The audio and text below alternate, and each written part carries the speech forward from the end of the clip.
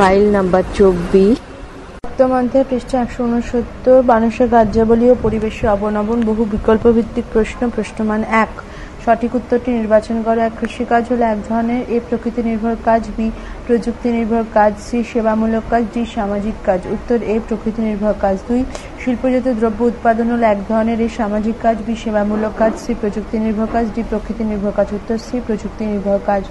3 England তথা ইউরোপে শিল্প বিপ্লব হয়েছিল এ দ্বাদশ শতাব্দীতে, বি ষোড়শ শতাব্দীতে, সি অষ্টাদশ শতাব্দীতে, ডি বিংশ শতাব্দীতে। উত্তর সি অষ্টাদশ শতাব্দীতে। 4 জলবায়ু পরিবর্তন হিসেবে মূলত দায়ী এ সম্পদের যথেচ্ছ ব্যবহার, বি অরণ্য ছেদন, সি অপরিকল্পিত উন্নয়ন এবং ডি তাপমাত্রা বৃদ্ধি। উত্তর ডি তাপমাত্রা বৃদ্ধি। 5 আর্সেনিক দূষণ পরিলক্ষিত হয় এ মৃত্তিকা দূষণের ক্ষেত্রে, বি ভৌমজল দূষণের ক্ষেত্রে, সি বায়ু দূষণের ক্ষেত্রে, ডি শব্দ দূষণের ক্ষেত্রে। উত্তর বি ভৌমজল দূষণের ক্ষেত্রে।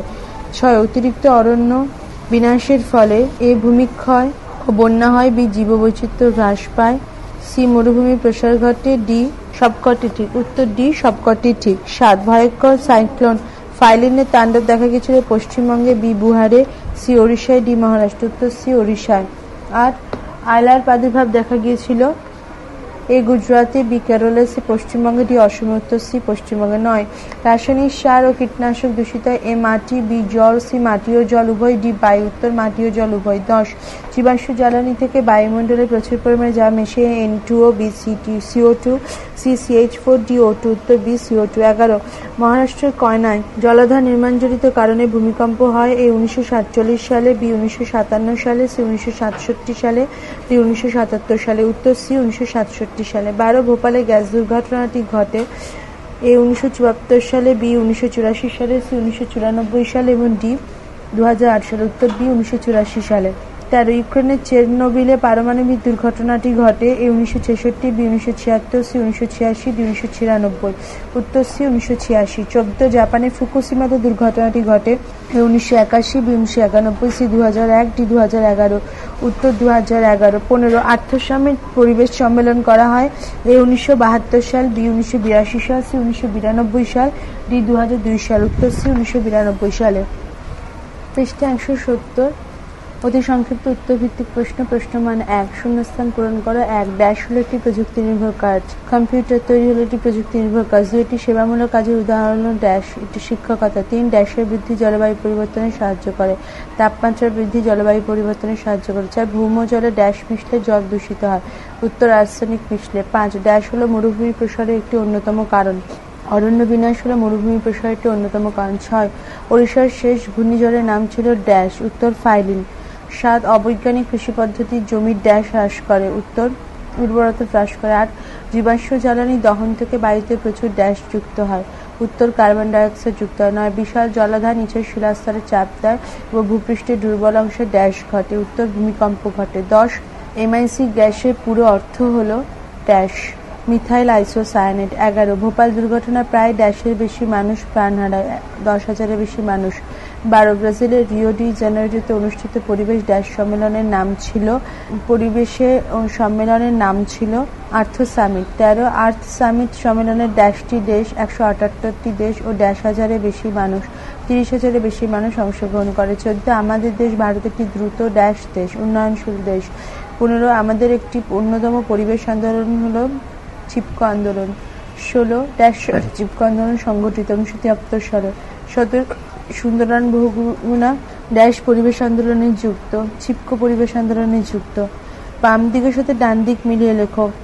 1 প্রকৃতি নির্ভর কাজ পশুপালন, সেবামূলক কার্য ডাক্তারি, প্রযুক্তি নির্ভর কাজ কম্পিউটার তৈরি, শিল্প বিপ্লব ইংল্যান্ড, অরণ্য বিনাশ ভূমিক্ষয়। 2 কৃষিতে রাসায়নিক সার এবং কীটনাশকের ব্যবহার, মাটি ও জল দূষণ, অপরিকল্পিত শহর যানজট, জল নিকাশি ও বসতি সমস্যা। 3 জীবাশ্ম জ্বালানি দহন, বায়ুমণ্ডলে তাপমাত্রা বৃদ্ধি। 4 বিশালাকার জলাধার নির্মাণ, ভূমিকম্প। 5 ভোপালের গ্যাস দুর্ঘটনা, MIC গ্যাস।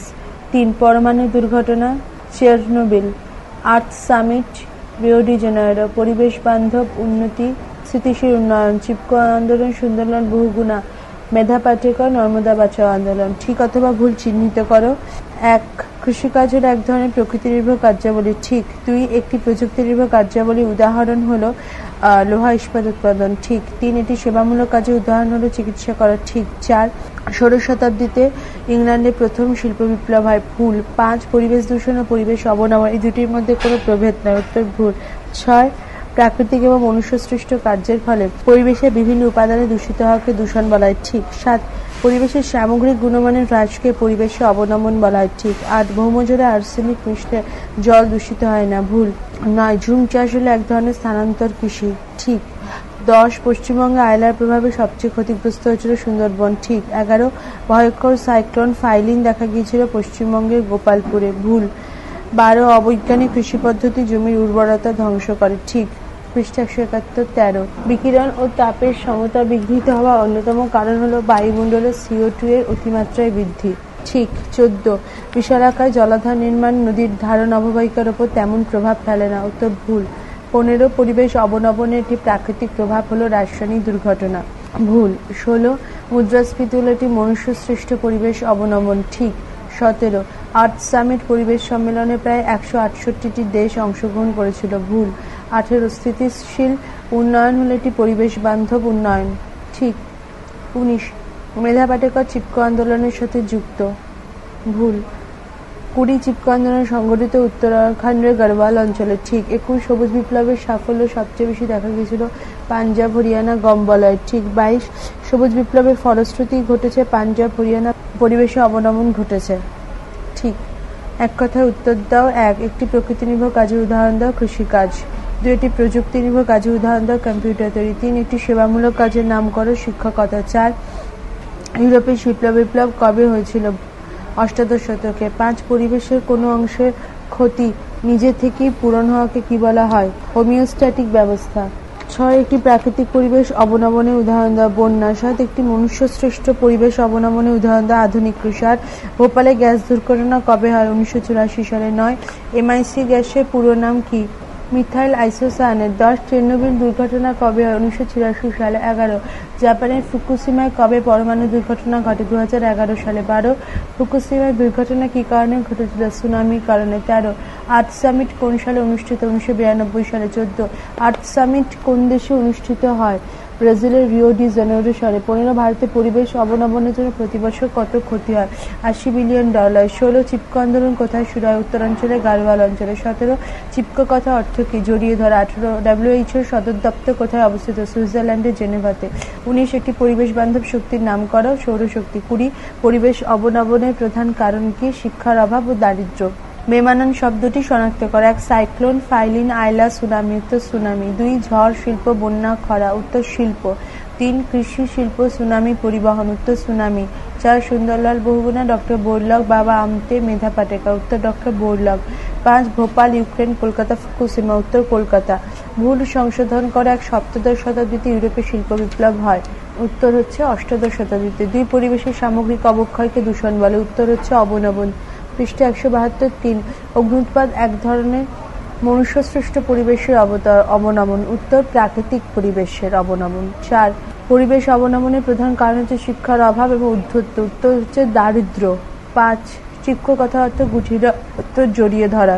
সংক্ষিপ্ত উত্তর ভিত্তিক প্রশ্ন, প্রশ্নমান 2। নিচের প্রশ্নগুলো 2-3টি বাক্যে উত্তর দাও। 1 পরিবেশ কাকে বলে, পরিবেশ বলতে কোনো জীবের পার্শ্ববর্তী সকল জৈব এবং অজৈব উপাদানের সমন্বয়কে বোঝায়, যেখানে উদ্ভিদ ও প্রাণী সকলেই সুস্থ এবং স্বাভাবিকভাবে বেঁচে থাকতে পারে।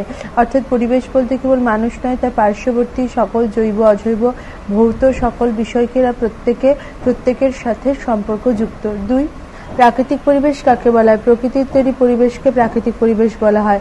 আলো বাতাস বৃষ্টিপাত বায়ুমণ্ডল আর্দ্রতা কীটপতঙ্গ নদ নদী পাহাড় সবই প্রাকৃতিক পরিবেশের অন্তর্গত। মানুষ তার সাংস্কৃতিক পরিবেশ নিজের প্রয়োজন মতো তৈরি করে নেয়। 4 অর্থনৈতিক পরিবেশ কাকে বলা হয়, যেখানে মানুষের ক্রিয়াকলাপ অর্থনৈতিক নির্ভর, সেই ধরনের পরিবেশকে অর্থনৈতিক পরিবেশ বলা হয়। মানুষ প্রাকৃতিক পরিবেশের উপর নির্ভর করে অর্থনৈতিক পরিবেশ সৃষ্টি করে।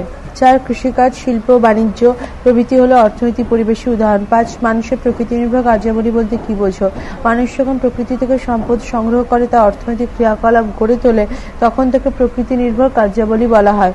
এই প্রক্রিয়াকে প্রাথমিক অর্থনৈতিক কার্যাবলীও বলে, যেমন বন থেকে কাঠ সংগ্রহ, নদী বা জলাশয় থেকে মাছ সংগ্রহ, কৃষিকাজ, বন্যপ্রাণীর শিকার, বন থেকে ফলমূল সংগ্রহ ইত্যাদি এই প্রকার কার্যাবলীর অন্তর্গত। 6. মানুষের প্রযুক্তি নির্ভর কার্যাবলী বলতে কি বোঝো? প্রাথমিক অর্থনৈতিক কার্যাবলী থেকে প্রাপ্ত উপাদানগুলোকে যখন মানুষ উন্নত প্রযুক্তি প্রয়োগ করে আরও বেশি উপযোগী দ্রব্যে পরিণত করে, তখন থেকে প্রযুক্তি নির্ভর কার্যাবলী বলে। এখানে মানুষ কেবল প্রকৃতির উপর সম্পূর্ণ নির্ভর নয়, বরং ওই সমস্ত প্রাকৃতিক দ্রব্যকে আরো বহুল এবং ব্যাপকভাবে ব্যবহারের জন্য প্রযুক্তিকে হাতিয়ার করছে, যেমন 1. কয়লা থেকে বিদ্যুৎ উৎপাদন, 2. বনের কাঠ থেকে জাহাজ নির্মাণ বা আসবাবপত্র তৈরি, 3. লোহার আকরিক থেকে লৌহ ইস্পাত এবং তার থেকে যানবাহন যন্ত্রপাতি তৈরি ইত্যাদি। 7. মানুষের সেবামূলক কার্যাবলী বলতে কি বোঝো? যে ধরনের কার্যাবলী মানুষের সেবা বা পরিষেবা প্রদান করে সেটি সেবামূলক কার্যাবলীর অন্তর্গত। এই ধরনের কার্যাবলী বৃদ্ধি পেলে সামাজিক উন্নয়ন বৃদ্ধি পায়, যেমন ব্যাংক, বীমা, শিক্ষা, চিকিৎসা, পরিবহন এই জাতীয় কার্যাবলীর অন্তর্গত। উন্নত দেশগুলিতে এই জাতীয় কার্যাবলী বেশি দেখা যায়। 8. হোমিওস্ট্যাটিক ব্যবস্থা বলতে কি বোঝো? প্রাকৃতিক পরিবেশে বিভিন্ন ভৌত এবং জৈব প্রক্রিয়াগুলো এমনভাবে কাজ করে যে পরিবেশে কোনো প্রাকৃতিক অংশে ক্ষতি হলে তা নিজে থেকেই প্রকৃতি পূরণ করে ফেলে, অর্থাৎ প্রকৃতির ভারসাম্য প্রকৃতি নিজেই রক্ষা করে। এর জন্য মানুষের হস্তক্ষেপের প্রয়োজন হয় না। প্রাকৃতিক বাস্তুতন্ত্রের ভারসাম্য নষ্ট হলে পুনরায় বাস্তুতন্ত্রের ভারসাম্য ফিরে আসার ব্যবস্থাকে হোমিওস্ট্যাটিক ব্যবস্থা বলা হয়। 9. পরিবেশীয় অবনমন বলতে কি বোঝো? পরিবেশে অবনমন বলতে বোঝায় মানুষের হস্তক্ষেপের ফলে সামগ্রিক পরিবেশের গুণমান হ্রাস পাওয়া, অর্থাৎ পরিবেশে অবনমন বলতে বাস্তুতন্ত্রের ভারসাম্যকে নষ্ট হওয়াকে বোঝায়। পৃষ্ঠা 173। পরিবেশ দূষণ, অরণ্য নিধন, শহর ও নগরের বৃদ্ধি, কৃষিজমির পরিমাণ বৃদ্ধি, জীব প্রজাতির ধ্বংস ইত্যাদি পরিবেশ অবনমনের মূল দিক। 10. বহুমুখী নদী পরিকল্পনা। যে পরিকল্পনার সাহায্যে কোনো নদীকে বাঁধ দিয়ে তার জলসম্ভারকে নানাবিধ কাজে ব্যবহার করা হয়, সেই সকল পরিকল্পনাকে বহুমুখী নদী পরিকল্পনা মাল্টিপারপাস রিভার ভ্যালি প্রজেক্ট বলা হয়। এই পরিকল্পনার উদ্দেশ্যগুলি হলো: 1. জলসেচ করা, 2. জলবিদ্যুৎ উৎপাদন করা, 3. মাছ চাষ, 4. জলপথ পরিবহন, 5. পানীয় জল সরবরাহ, 6. বন্যা নিয়ন্ত্রণ, 7. ভূমিক্ষয় রোধ, 8. রেল, সড়ক ও সেতু নির্মাণ, 9. পর্যটন ইত্যাদি। দামোদর ভ্যালি কর্পোরেশনের বাঁধটি এই বহুমুখী নদী পরিকল্পনা অন্তর্গত। 11. বসুন্ধরা সম্মেলন বা আর্থ সামিট কি? বসুন্ধরা সম্মেলন বা আর্থ সামিট একটি পরিবেশ বিষয়ক সম্মেলন যা 1992 সালে ব্রাজিলের রিও ডি জেনেইরো শহরে সম্মিলিত জাতিপুঞ্জের আহ্বানে অনুষ্ঠিত হয়। এই সম্মেলনে 178টি দেশে প্রায় 30,000 মানুষ অংশগ্রহণ করেন। সম্মিলিত জাতিপুঞ্জের পরিবেশ উন্নয়ন সম্মেলনে 5টি গুরুত্বপূর্ণ চুক্তি স্বাক্ষরিত হয়েছিল। 12. বাস্তুতন্ত্র কি? কোনো নির্দিষ্ট স্থানে বসবাসকারী জীব এবং জড়গোষ্ঠীর পারস্পরিক সম্পর্কের মধ্য দিয়ে যে অনুকূল বসবাস স্মৃতি গড়ে ওঠে তাকে বাস্তুতন্ত্র বা ইকোসিস্টেম বলা হয়। 1935 সালে বিজ্ঞানী ট্যান্সলি সর্বপ্রথম বাস্তুতন্ত্র শব্দটি ব্যবহার করেন। 13. ভৌমজল কি? ভূপৃষ্ঠের নিচে ভূ অভ্যন্তরের শিলার মধ্যে যে জল পাওয়া যায় তাকে ভৌমজল বা গ্রাউন্ড ওয়াটার বলা হয়। শিলায় অবস্থিত ছিদ্রের মধ্যে দিয়ে বৃষ্টি বা বরফ গলা জল ধীরে ধীরে প্রবেশ করে ভূগর্ভে ভৌমজল হিসেবে সঞ্চিত হয়। তবে বর্তমানে মানুষের অবিবেচনা প্রসূত কার্যকলাপের কারণে এই জলও দূষিত হচ্ছে। 14. জৈব বৈচিত্র্য কি? জৈব বৈচিত্র্য বলতে জীবের সংখ্যা বিভিন্নতা বা বৈচিত্র্য পরিবর্তনশীলতাকে বোঝায়। 1992 সালে অনুষ্ঠিত বসুন্ধরা সম্মেলনে জীববৈচিত্র্যের যে সংজ্ঞা দেওয়া হয় তা স্থলভাগ, স্থলজ, জলজ, সামুদ্রিক অন্যান্য বাস্তুতন্ত্রের অন্তর্গত সব ধরনের সজীব জীবের মধ্যে যে বৈচিত্র্য তাকে জীববৈচিত্র্য বলা হয়। 15. পরিবেশ দূষণ কাকে বলে? বাতাস, মাটি, জল প্রভৃতি পরিবেশের অন্যতম উপাদান। এইসব উপাদান যখন মানুষের অপ্রয়োজনীয় হস্তক্ষেপের কারণে অস্বাস্থ্যকর হয়ে উঠেছে তখন থেকে পরিবেশ দূষণ বলা হয়। পরিবেশ দূষিত হলে জীবজগতে নানাবিধ ক্ষতি হয়। 16. সুন্দরলাল বহুগুমা, বাবা আমতে, মেধা পাটেকর কোন কোন পরিবেশ আন্দোলনের সাথে জড়িত ছিল? সুন্দরলাল বহুগুণা চিপকো আন্দোলন, বাবা আমতে নর্মদা বাঁচাও আন্দোলন, মেধা পাটেকর নর্মদা বাঁচাও আন্দোলন। 17. G20 কি? G20 বা গ্রুপ 20 দেশ বলতে 20টি উন্নয়নশীল দেশের সম্মিলিত গোষ্ঠীকে বোঝায়। 2003 সালে গোষ্ঠী তৈরি হয়। বর্তমানে সদস্য সংখ্যা দেশ হলো 23টি। G20 সদস্যভুক্ত দেশগুলোর মধ্যে পারস্পরিক সম্পর্কের উন্নতি, ব্যবসা বাণিজ্যের প্রসারের জন্য এই গোষ্ঠী গড়ে তোলা। সদস্য দেশগুলি হচ্ছে আর্জেন্টিনা, বলিভিয়া, ব্রাজিল, চিলি, চীন, কিউবা, ইকুয়েডর, মিশর, Guatemala, Bharat, Indonesia, Mexico, Nigeria, Pakistan, Paraguay, Peru, Philippines, দক্ষিণ Africa, Tanzania, Thailand, Uruguay, Venezuela এবং জিম্বাবুয়ে। জেনে রাখো 2009 সালে G8 দেশে G20 দেশে পরিণত হয়। 2009 সালে ভারত, চীন প্রভৃতি দেশ এতে যোগ দেয়। 18. WHO কি? WHO পুরো নাম হচ্ছে ওয়ার্ল্ড হেলথ অর্গানাইজেশন, সদর দপ্তর সুইজারল্যান্ডের জেনিভায়। রাষ্ট্রসংঘ দ্বারা নিয়ন্ত্রিত WHO দ্বারা পৃথিবীর স্বাস্থ্য সংক্রান্ত বিষয় দেখাশোনা করে। 1948 এর 7 এপ্রিল এই সংস্থাটি প্রতিষ্ঠিত হয়। প্রতি বছর 7 এপ্রিল দিনটি বিশ্ব স্বাস্থ্য দিবস হিসেবে পালিত হয়। 19. পরিবেশ বান্ধব শক্তি কি? পরিবেশ বান্ধব শক্তি বলতে বোঝায় যে শক্তি উৎপাদনে পরিবেশের কোনো ক্ষতি হয় না। যেমন কয়লা, খনিজ তেল, বৃহৎ জলবিদ্যুৎ কেন্দ্র যেমন পরিবেশে অবনমন ঘটায়, তেমনি কিছু শক্তি উৎপাদন প্রক্রিয়া আছে যা পরিবেশের পক্ষে হিতকর। একেই পরিবেশ বান্ধব শক্তি বলে। যেমন সৌর বিদ্যুৎ, জোয়ার ভাটা, বায়ু বিদ্যুৎ এবং আরো অনেক পদ্ধতিতে পরিবেশ বান্ধব বিদ্যুৎ উৎপাদন সম্ভব। পৃষ্ঠ সংখ্যা 174। সংক্ষিপ্ত ব্যাখ্যামূলক উত্তরভিত্তিক প্রশ্ন। প্রশ্নমান হচ্ছে 3। নিচের প্রশ্নগুলি 5-6টি ভাগে উত্তর দেয়। প্রশ্ন 1, পরিবেশ উন্নয়নে সুস্থিত ভাবনা বা স্থিতিশীল উন্নয়ন ধারণাটি এসেছে কেন? মানুষের জনসংখ্যা, চাহিদা, লোভ, ভোগ, ব্যয় ইত্যাদি ক্রমাগত বৃদ্ধি পাওয়ার ফলে প্রাকৃতিক অবনমন যখন চরম পর্যায়ে পৌঁছায়, ভবিষ্যৎ প্রজন্মের অস্তিত্ব সংকটাপন্ন হয়, তখন থেকে বিগত শতাব্দীর শেষ দশক থেকে স্থিতিশীল উন্নয়নের ধারণাটিও জনপ্রিয়তা লাভ করে। যে ভাবনা ধরে স্থিতিশীল উন্নয়নের ধারণার সূত্রপাত, তা হল 1, জনসংখ্যা বৃদ্ধির জন্য কৃষিজমির প্রয়োজন বৃদ্ধি পাওয়ায় নির্বিচারে বনভূমি ধ্বংস করে কৃষিজমি নির্মাণ করা হচ্ছে। 2, বিগত 200 বছরে পৃথিবীর অর্ধেকের বেশি কয়লা, খনিজ তেল ধ্বংস হয়েছে, ফলে পরিবেশ যেমন দূষিত হয়েছে তেমনি বহু সম্পদ চিরতরে হারিয়ে গেছে। 3, মানুষ তার ব্যক্তিগত স্বার্থে পরিবেশকে কলুষিত করছে, এতে বাস্তুতন্ত্র নষ্ট হয়েছে। এছাড়া অন্যান্য বিভিন্ন কারণে পরিবেশ ধ্বংস করে উন্নয়নের যে ধারা প্রচলিত ছিল তাকে বন্ধ করতে স্থিতিশীল উন্নয়নের ভাবনা সৃষ্টি হয়। জেনে রাখো, প্রতি বছর 6 জুন বিশ্ব পরিবেশ দিবস হিসেবে পালন করা হয়, কারণ ওই দিন 1972 সালে সুইডেনের স্টকহোমে বিশ্ব পরিবেশ দিবস বিষয়ক সম্মেলন শুরু হয়। প্রশ্ন 2, উন্নয়নের মাধ্যমে আমরা কিভাবে পরিবেশকে রক্ষা করতে পারি? পূর্বে উন্নয়নের সাথে দূষণ কথাটি বিপরীত অর্থে ব্যবহৃত হতো, কারণ উন্নয়ন হলেই পরিবেশ দূষিত হতো। কিন্তু বর্তমানে স্থিতিশীল উন্নয়নের মাধ্যমে উন্নয়ন ও পরিবেশ রক্ষা একসঙ্গে ঘটতে পারে। যেমন একই দ্রব্যের বারবার ব্যবহার। কোনো দ্রব্য বা বস্তুকে একবার ব্যবহার করে ফেলে না দিয়ে ওকে অন্য কাজে ব্যবহার করা যেতে পারে। এতে উন্নয়নও ঘটবে আবার দূষণও কম হবে। 2, প্রযুক্তির উন্নয়ন। প্রযুক্তি উন্নয়নকে ত্বরান্বিত করে, অর্থাৎ প্রযুক্তি ও জ্ঞানের মাধ্যমে কোনো বস্তুকে কত রকমভাবে ব্যবহার করা যাবে আর কত রকমভাবে তাকে প্রয়োগ করা যাবে তা ভাবতে হবে। যেমন বিগত শতকের প্রথম দিকে 1 টন লোহা ইস্পাতের জন্য 10 টন কয়লা প্রয়োজন হতো, কিন্তু বর্তমানে 1 টন লোহা ইস্পাতের জন্য 0.75 টন কয়লা লাগে, যা প্রযুক্তি উন্নয়নের জন্য সম্ভব হয়েছে। 3, সম্পদের পরিমিত ব্যবহার। সম্পদকে অপচয় না করে তাকে পরিমিতভাবে ব্যবহার করতে হবে। যেমন ব্যক্তিগত বাড়ির ব্যবহার কমিয়ে ট্রেন, বাস ইত্যাদি গণপরিবহন ব্যবহার করলে খনিজ তেলের অপচয় কমবে। এভাবে জীবনের প্রতিটি ক্ষেত্রে পরিকল্পিতভাবে উন্নয়ন প্রক্রিয়া চালিয়ে গেলে পরিবেশ দূষণ রোধ করা সম্ভব হবে। প্রশ্ন 3, আধুনিক কৃষি পদ্ধতি পরিবেশের ওপর কতখানি প্রভাব ফেলে? জনসংখ্যা অত্যধিক বৃদ্ধির জন্য কৃষি উৎপাদন বৃদ্ধি করা প্রয়োজন, তা না হলে খাদ্য ঘাটতি মেটানো যাবে না। সেই কারণে কৃষিতে রাসায়নিক সার, অতিরিক্ত জলসেচ এবং একই জমিতে বারবার চাষ, উচ্চ ফলনশীল বীজের ব্যবহার বেড়েছে। এর প্রভাব পরিবেশের উপর পড়েছে। যেমন 1, জমির উৎপাদন ক্ষমতা হ্রাস। একই জমিতে বছরে 3-4 বার চাষ করার ফলে জমির উপর খুব চাপ পড়ে, ফলে জমির উর্বরতা শক্তি নষ্ট হয়। জমির মধ্যে অতি প্রয়োজনীয় পুষ্টিমূল্যের ঘাটতি দেখা যায়। জমিতে বসবাসকারী বিভিন্ন ব্যাকটেরিয়া, ভাইরাস, প্রাণীদের মৃত্যু ঘটে, ফলে জমির উর্বরতা ক্ষমতা একেবারে কমে যায়, জমি বন্ধ হয়ে যায়। 2, দূষণ সৃষ্টি। অধিক বর্ষণের সময় জমিতে রাসায়নিক সারের অতিরিক্ত ব্যবহার ইউট্রিফিকেশন ঘটায় এবং ভূমজলেরও দূষণ ঘটে। এছাড়া রাসায়নিক সার এবং কীটনাশক ব্যবহার ভূমি এবং বায়ু দূষণ সৃষ্টি করে। 3, বনভূমি ধ্বংস। অধিক কৃষিকাজ করার জন্য অধিক জমি প্রয়োজন, তাই বনভূমি নষ্ট করে নতুন নতুন কৃষি জমি তৈরি হচ্ছে। পৃষ্ঠা 175, যার ফলে বাস্তুতন্ত্র বিঘ্নিত হচ্ছে এবং অতি প্রয়োজনীয় বনভূমি বিলুপ্তি ঘটছে। প্রশ্ন 4, নগরায়ন কিভাবে পরিবেশে বিরূপ প্রভাব তৈরি করছে? মানুষের সংখ্যা দ্রুত হারে বৃদ্ধির জন্য কৃষি ও বাসস্থানের লক্ষ্যে আরও জমির প্রয়োজন, আবার নতুন নতুন শহর নগর গড়ে তোলার জন্য প্রয়োজন আরও জমি। এর ফলে পরিবেশে বিরূপ প্রভাব পড়ছে। যেমন 1, ভূগর্ভস্থ জলের টান। নগরায়ন বৃদ্ধি পাওয়ার ফলে মানুষের জন্য পানি ও অন্যান্য প্রয়োজনীয় জলের প্রয়োজন বৃদ্ধি পাচ্ছে এবং সেই জল মূলত ভূগর্ভস্থ জল থেকে ব্যবহার করা হচ্ছে। এতে ভৌমজলস্তর হু হু করে নেমে যাচ্ছে, ফলে আর্সেনিক, ফ্লোরাইড প্রভৃতি দূষণের সৃষ্টি হচ্ছে। জেনে রাখো, আন্তর্জাতিক জল পরিচালন সংস্থার মতে 2025 সালের মধ্যে পৃথিবীর 17টি দেশে চরম জলাভাব দেখা যায়। 2, শব্দ ও বায়ু দূষণ। নগরায়নের ফলে রাস্তাঘাট এবং যানবাহনের সংখ্যা মাত্রাতিরিক্ত বৃদ্ধি পাচ্ছে।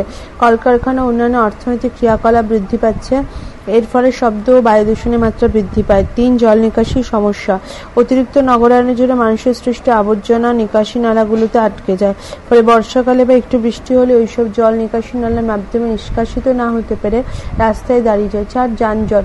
অপরিকল্পিত নগরায়নের ফলে রাস্তাগুলি অপরিষ্কার ও অপরিচ্ছন্ন হয়, এতে যানবাহনের গতি রুদ্ধ হয় এবং যানজট সৃষ্টি হয়, যা দূষণ ঘটায়, সময়ের অপচয় হয় এবং শহরের সৌন্দর্যহানি ঘটে। প্রশ্ন 5, তাপবিদ্যুৎ কেন্দ্র পরিবেশে কতখানি প্রভাব ফেলে? তাপবিদ্যুৎ কেন্দ্র বিদ্যুৎ উৎপাদন পদ্ধতি পরিবেশের উপর মন্দ প্রভাব ফেলে। যেমন 1, বায়ু দূষণ।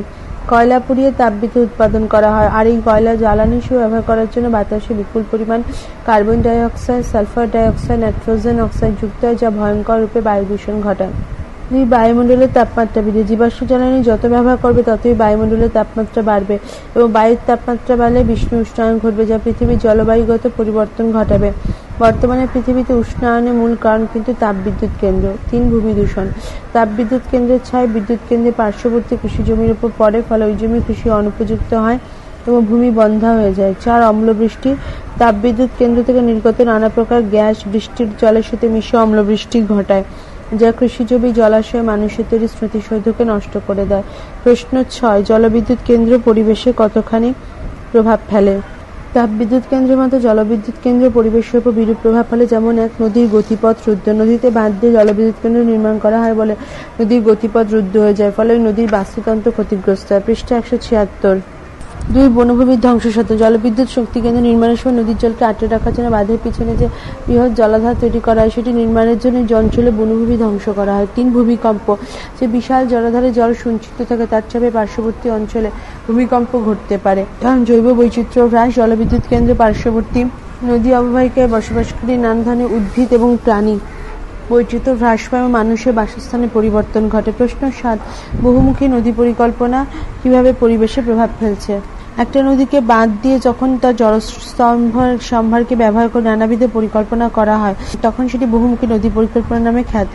এটিও পরিবেশে নানা ধরনের প্রতিক্রিয়া তৈরি হয়। 1. জলাধারের চাপ।